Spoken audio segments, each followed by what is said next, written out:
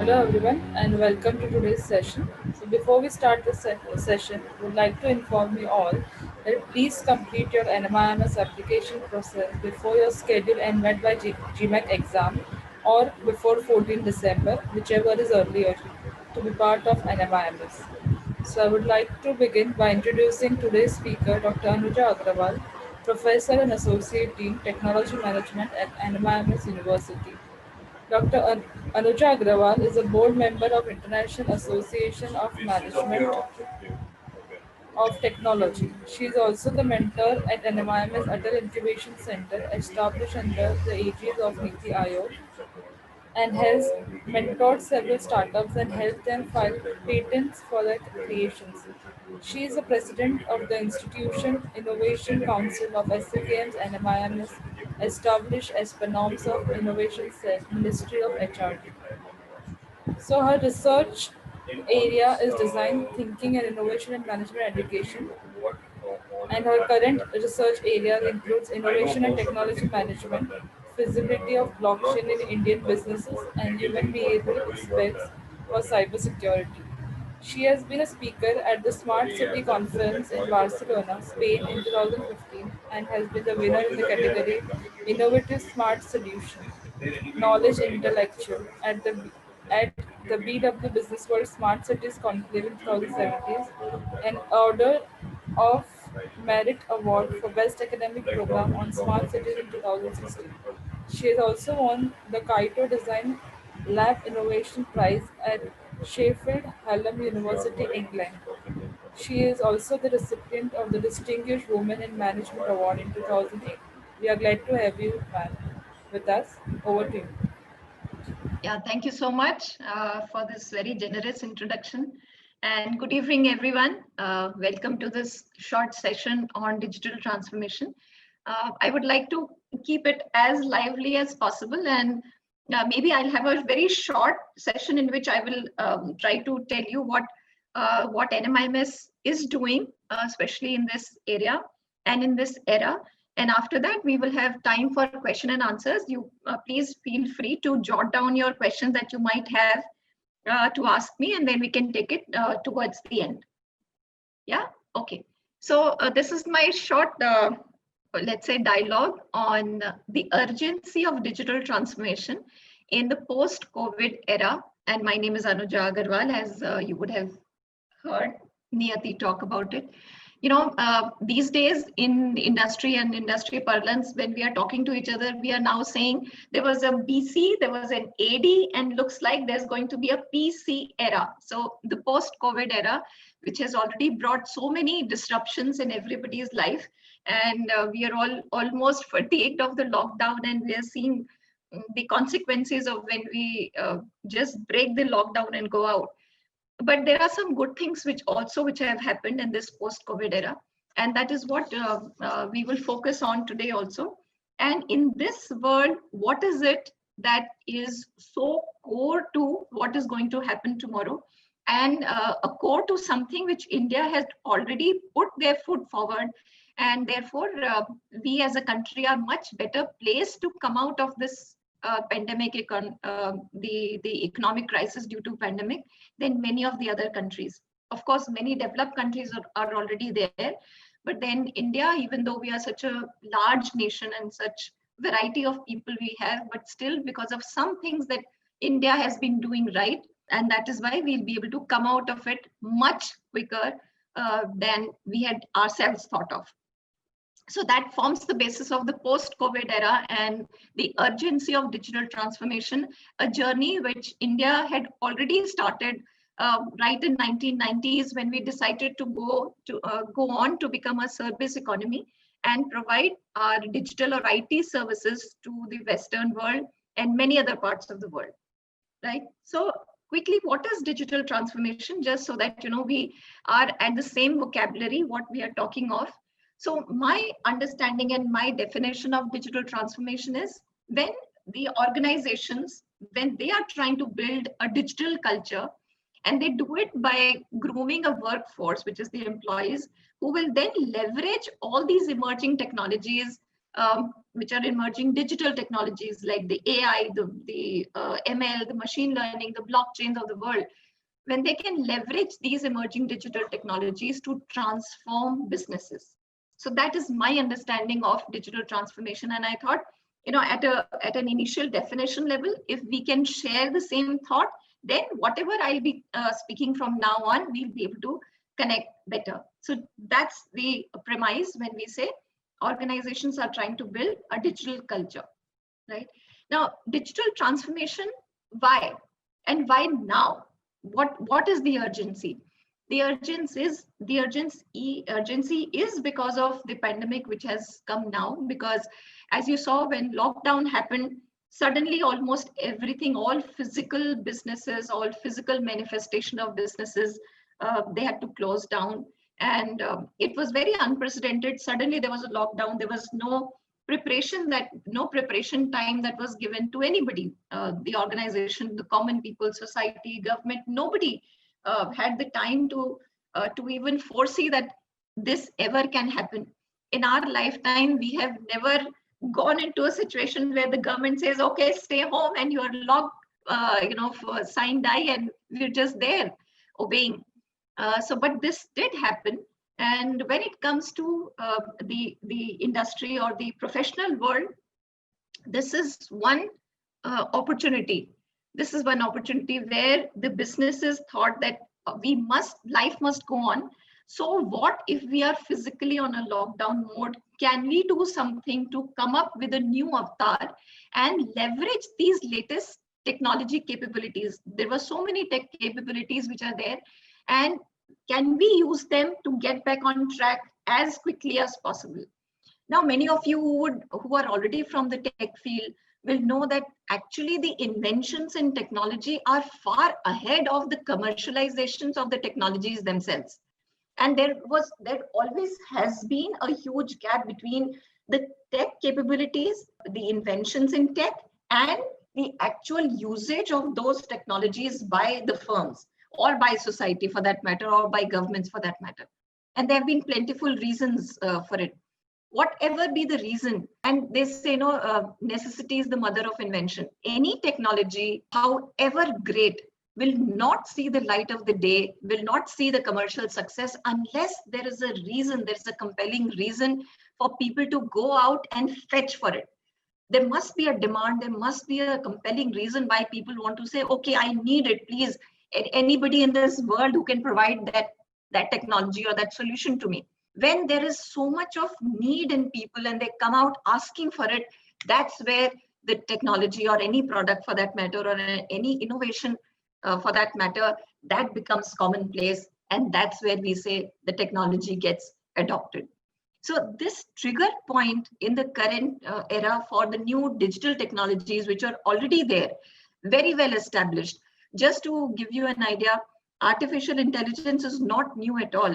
When I was doing my post-graduation computer science, way back in 1990s and 91, 92, I have studied artificial intelligence, and we have done all these coding using Prolog and Lisp and those languages which were available for artificial intelligence. However, artificial intelligence until so many years did not become commonplace. It was still lying in the annals of the research organizations or very commercial, very focused industries where AI was being used. It is only there took a transformation of data and big data to become commonplace. Only then AI and machine learning became a household name, because now the capabilities alongside the data, so much of data coming in, and the power of analyzing the data could transform it into the next level, which is machine learning, and then further next level of artificial intelligence. So these technologies were always there. Pandemic has shown us that this is the time to bring back that knowledge and start using those technologies.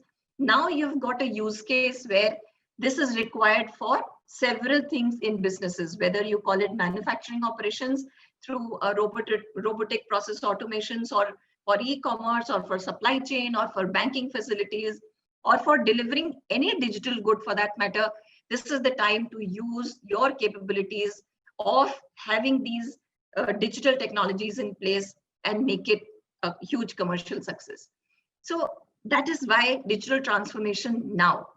The most enterprises are becoming digital firms. You would have seen so many businesses are back on track. Whatever work they can do, whatever part of the process they can do sitting at home, locked down in their houses or their respective offices, they are doing it, right? They're up and about.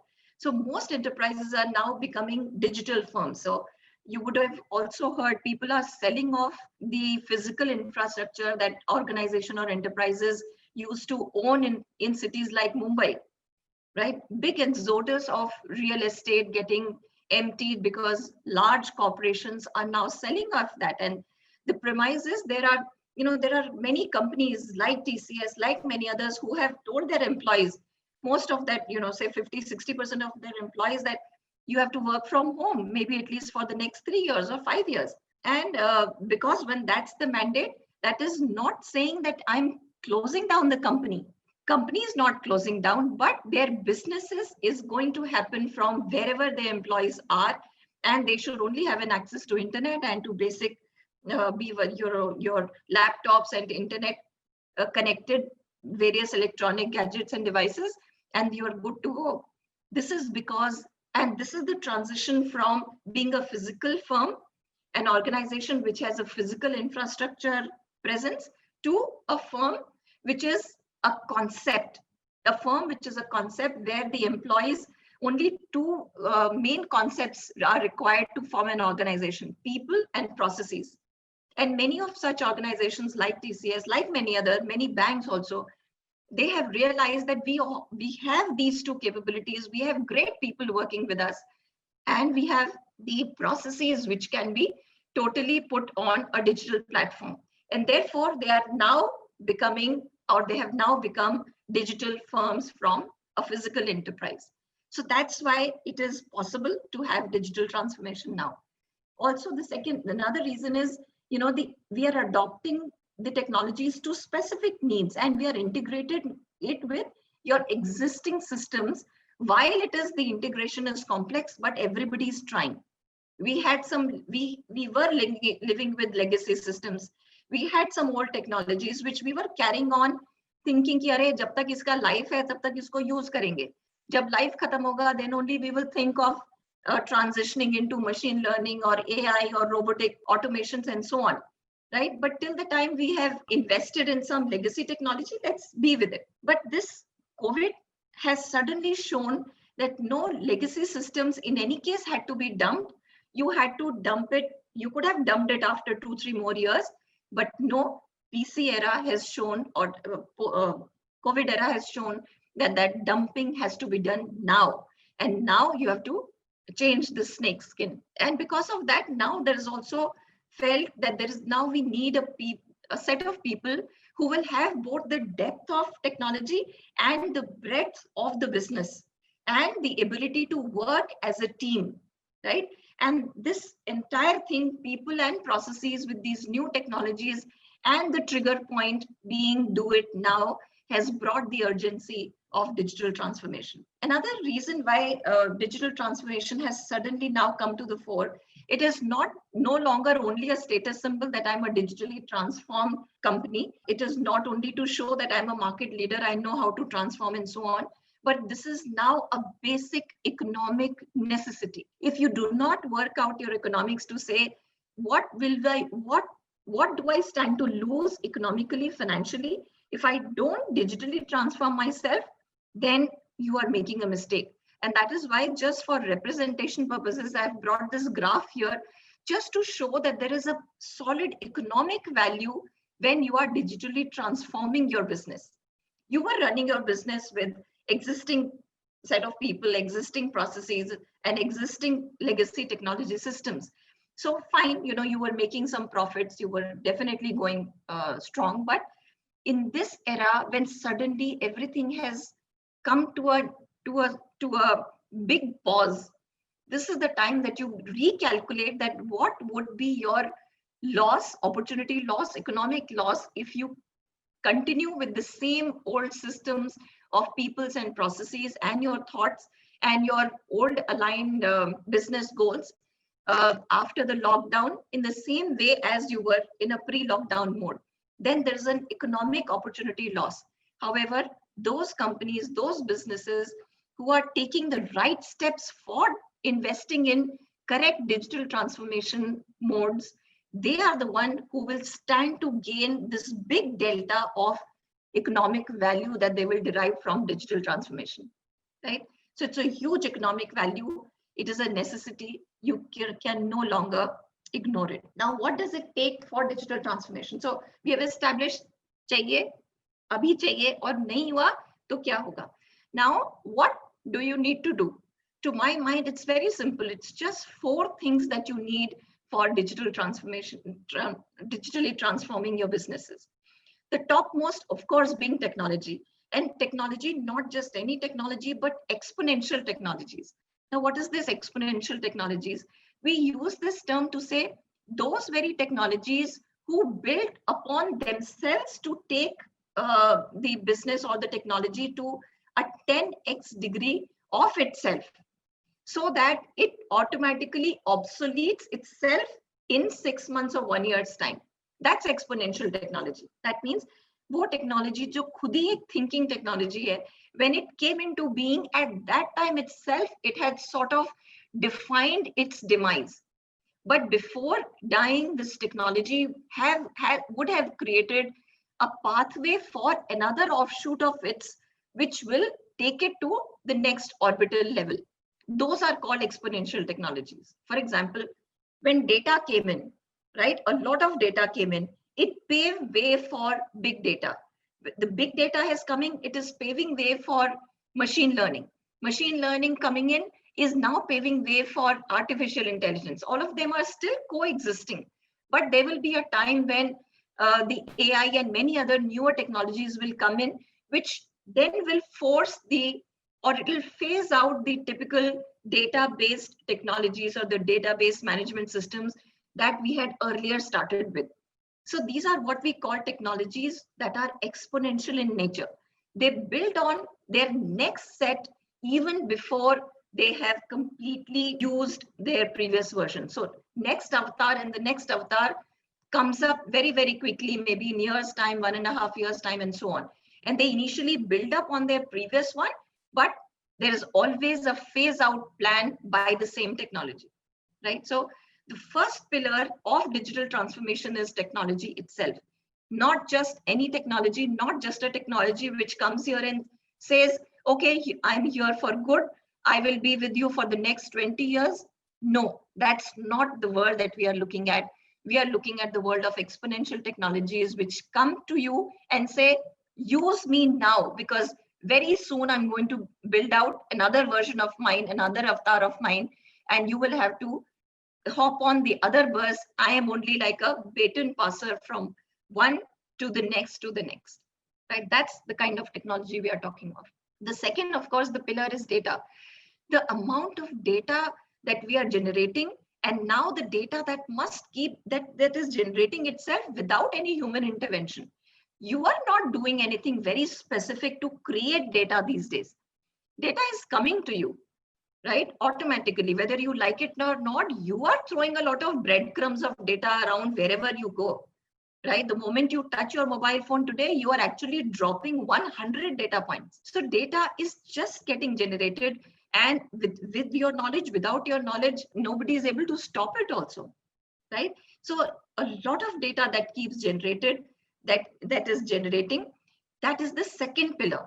Data है तो अपना machine learning है तो अपना AI है तो अपना next कुछ है, right? So data is a golden breadcrumb. That is the name that I had coined in one of the previous seminars that I took on business analytics, right? So data. The third is the processes. Again, here the processes is not the earlier old kind of processes that we had set up. You would have heard companies saying standard operating procedures. That SOP, that word SOP is itself phasing out. You know why?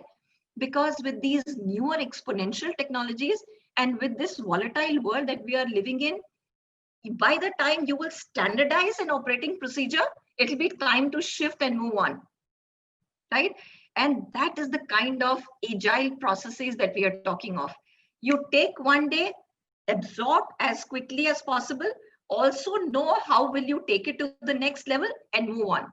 When the new technology comes, jump on to the with your new process to the new technology, and there you go. So that is the kind of process that we are talking of, the new ways of working in the organization in such a manner that you say process today, new process tomorrow, and so on. And finally, to take the maximum advantage or juice from technology, data, and the processes, we need a great organizational change capability. The organization is most difficult to change because organization is people and processes. While processes can be brought in very, very quickly to change themselves, it's the people whom we find ourselves very difficult to change, right? So bringing that organization capability of telling the people that you should always be in a adaptive mode, that is a very, very difficult task to do. Speak to any CEO, speak to anybody which is a C-suite employee, and they will tell you that the most difficult task they find is to make their employees adapt every time, right? So those are the 4 key pillars of digital transformation. Our whole focus is in a digital transformation is how do we make things work around here, which is what we call the digital culture.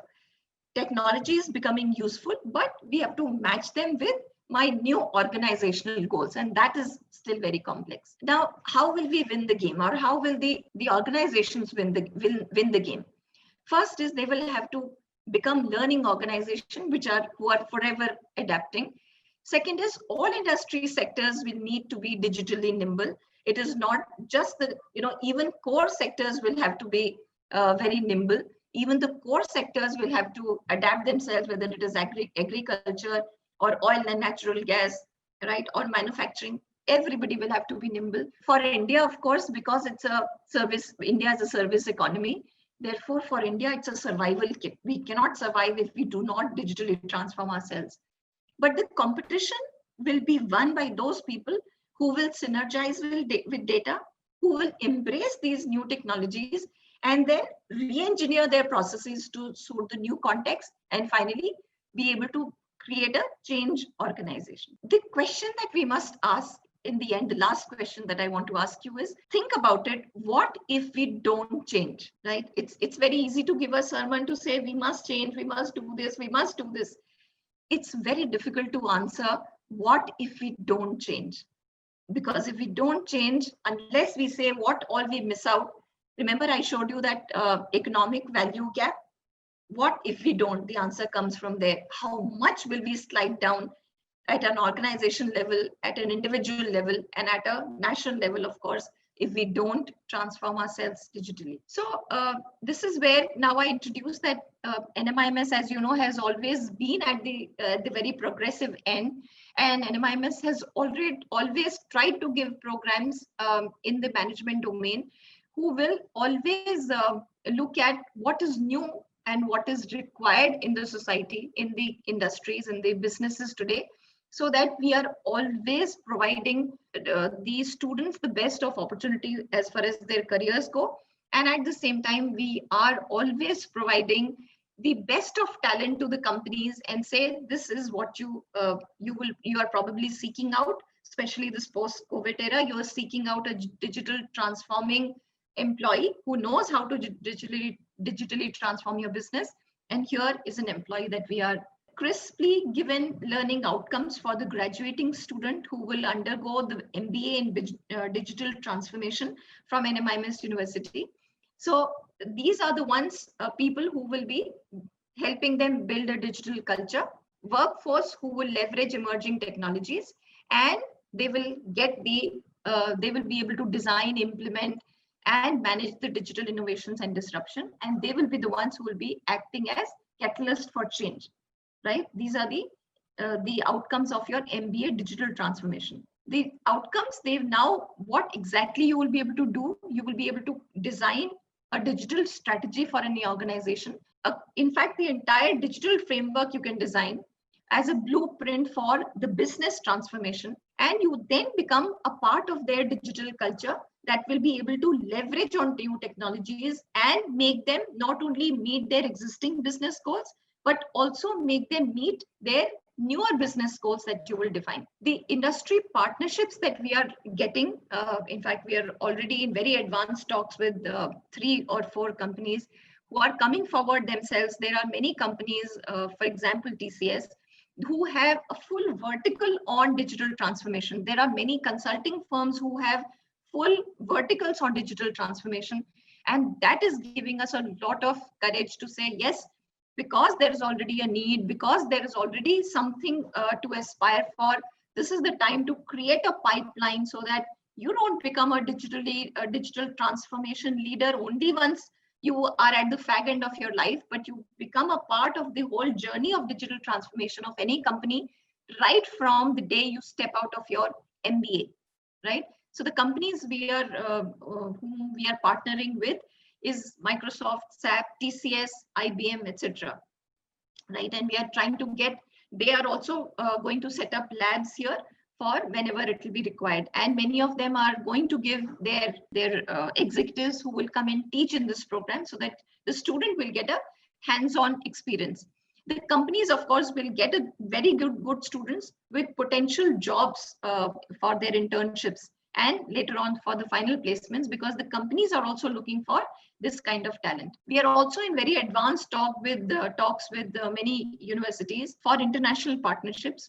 Once again, you would have heard Stanford is doing very good programs on digital transformation. There is Purdue University who is doing great work in digital transformation. So we are in talks with certain top level universities, and who are some of them are coming forward to say, yes, we are here to partner with you in whichever way we would like to. The 3-axis focus on in this MBA digital transformation is that we are going to have a very strong customer focus, so that we understand what the customer requires, and therefore the student of this program will be able to become very operational from day one as for the organization, because he or she can go to the organization saying, I know your customer and I know what their needs are, and I will be able to turn it around for you. The second axis is the operational excellence axis. So therefore, this MBA digital transformation student will be able to go out and say, I have learned how to use these newer technologies for operationalizing your processes and redefining those processes. And the third axis is, of course, the domain axis, where we say it depends on the student who comes in as a student of MBA digital transformation. Depends on him which sector he wants to go in and make his career. And he could go into a services domain, or he could go into industrial domains and make the most out of his knowledge and make his own career. The program, of course, will encompass all these new technologies, the cloud computing, cloud native systems, analytics, Internet of Things, blockchain, AI, ML, NLP, etc. And of course, we'll be covering the entire basics of management. So because it's a full MBA program focused on digital transformations, right? The details, of course, you can look up. The program structure looks like this, that we have a theme for every trimester. Front office view, understanding the business, digital transformation maturity models, and the courses, of course, you can see on the screen. Second year is more focused on sectors, so that the students of this MBA digital transformation can then select a domain where they want to do make their careers and make the best out of it, and doing projects and internships in companies. My last slide is about what kind of job profiles will be on offer for these students. Digital transformation officer, of course, which is very aspirational. And this is the time that you start on that path or on the journey of becoming a CDO. You could even be a EA to the high profile CEOs and MDs, because they are also looking for people who already knows how to use this digitization for their business goals. All client facing roles, consulting firms are recruiting in big numbers. They're looking forward to these employees whom they can take as digital consultants for other companies. And of course, if you are the one who are wanting to start their own business, this is the time and this is the place to come and learn how can you use all these newer technologies and make them your own business, or right from the beginning, how can you use these technologies to make your business a huge success? So with that, I stop my session and I'm open for, in case there are any question and answers, please feel free to go ahead and ask. Niyati, we can close then in case there are no questions. There is one question. Yeah. It's I am working in a digital transformation for a bank for 2 years. Is this course helpful for me? Her name is Ashna. Yeah, Ashna, thank you for your question. Yes, of course, this course is for you, definitely. For one of the main reasons is people like you will be able to make the most, because the jump, the orbital jump you will get, because now in this course, you will get to know all these newer technologies, which probably you might have. So one of the things that when you are working in an organization, the organization, as of now, you might have been working on technologies which were already there in existence and making the most of it to help the organization meet its business goals. In this MBA level program, what we are doing is we are bringing all these newer and newer technologies. All the new technologies will be brought in and embedded, and case studies and actual hands-on working will tell you how to use these cutting edge technologies, the latest in the market. That technology will be used to give you an inkling of how this new technology will be useful in business. And therefore, very much for you. In fact, people like you will make the most of it and make an orbital jump in your careers. And because it's a full MBA from NMIMS University, it has a lot of, it will and it has a lot of value for the firms. She also asked, is it only classroom or distance is also possible? Ashna is also asking about this. Oh, so Ashna, distance learning, as if you're saying whether we are going to give it in a distance learning mode. So my answer to that is a little subjective. The plan is to start on campus, because we are wanting people to come here and intermingle like an MBA program should be. It'll be only because of the COVID situation, we might have to turn 1 or 2 trimesters into distance, but I don't envisage. Hopefully, when we start in May, things will be normal and we'll be starting it on campus. So the plan is to start on campus like a full-time MBA program. So we have a question from Aditi. She says, I have done my BTech in civil, but working in BFSI domain of TCS. And she's also asked, are coding skills important? So coding skills are important, and I mean, it can't be emphasized more. However, coding, I have been a programmer, I've been a coder before I came into academics, but it's not so tough. These days, coding can be, you can, if you know what is the outcome that you want, then coding is very, very easy to pick up. But yes, coding is important, and that is something that we will embed as a part of this program. That is one necessary skill that we will ensure that all students of MBA Digital Transformation go out with. It's not tough. It does not mean that only engineers can do or only computer science people can do. Coding is for everyone today. So we have one more question. Yes, Ma'am, please. if I want digital marketing, what is required for it? What you want digital marketing as a job or what? So digital marketing is very much a part of the curriculum, just like many other management courses there. Digital marketing is very much a focus area, one of the functional focus areas in this program. So you will definitely get it. So thank you so much, everyone, for being patient listeners, and welcome to the world of digital transformation. Please join NMIMS and you will see your career get into an orbital shift. Thank you so much and good evening once again.